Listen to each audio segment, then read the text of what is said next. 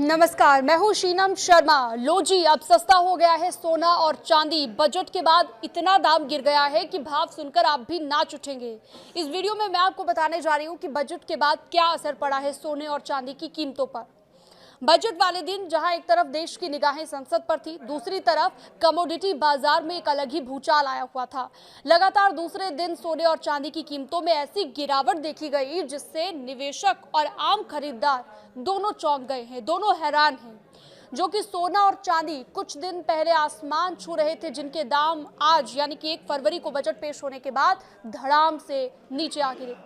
वायदा बाजार में मचे हुए इस कोहराम ने कीमतों को रिकॉर्ड स्तर से काफी नीचे ला दिया है, जिससे बाजार का पूरा समीकरण बदल गया है। दरअसल बजट के दिन कमोडिटी बाजार में कोहराम मच गया है। पिछले महज 2 दिनों में ही इतना बदलाव देखा गया कि हर कोई हैरान है। हालांकि बजट से पिछले दिन ही ये बदलाव देखा गया था। चांदी धड़ाम से नीचे आया था और साथ ही सोने की कीमतों में भी काफी गिरावट दर्ज की गई थी। अब पिछले 2 दिनों की अगर बात करें तो चांदी 1,36,000 रुपए, सोना 30,000 रुपए तक नीचे आ गया है। वायदा बाजार में चांदी लुढ़क कर पहुंच गया है 2,66,000 पर और सोना 1,46,000 पर। एक्सपर्ट्स ये बताते हैं कि इस भारी गिरावट के पीछे का जो सबसे मेन रीजन है वो है मार्जिन मनी का बढ़ना और मुनाफा वसूली होना। आखिर क्यों इतनी बड़ी गिरावट आई, चलिए वो भी आपको बता देते हैं। बाजार में ये जो गिरावट आई, इस सुनामी के पीछे 2 प्रमुख कारण माने जा रहे हैं। पहला तो है कि जबरदस्त प्रॉफिट बुकिंग।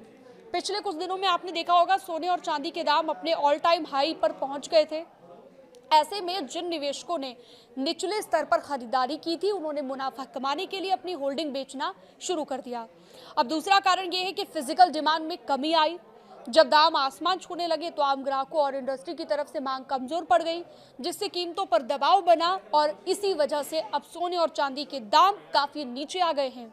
अगर आप किसी ऐसे परिवार से हैं जो अभी शादी अटेंड करने वाले हैं, यानी कि परिवार के लिए अगर आपको शादी के लिए गहने खरीदने हैं तो फिर आप अभी खरीदारी कर सकते हैं। लेकिन अगर आप निवेश के मकसद से सोच रहे हैं सोना चांदी खरीदने का, तो फिर मुझे लगता है कि आपको अभी थोड़ा वक्त इंतजार करना चाहिए, क्योंकि अभी दाम और नीचे आ सकते हैं और भविष्य में आपको इसका ज़्यादा फायदा मिल सकता है। लेकिन अगर आपको जल्दबाजी है, अगर आपको शादी के लिए गहने खरीदने हैं, तो एक्सपर्ट ये बताते हैं, जिनके अनुसार मैं आपको ये राय दे रही हूँ कि आप अपने इस शॉपिंग को अभी फ़िलहाल होल्ड कर दीजिए। अगर आपको गहने नहीं खरीदने, अगर आपको शादी के लिए शॉपिंग नहीं करनी है। इस वीडियो को और लोगों के साथ भी शेयर करें। सोने चांदी के भाव पर जो लोग नज़र रखते हैं उनके साथ ज़रूर शेयर कीजिएगा।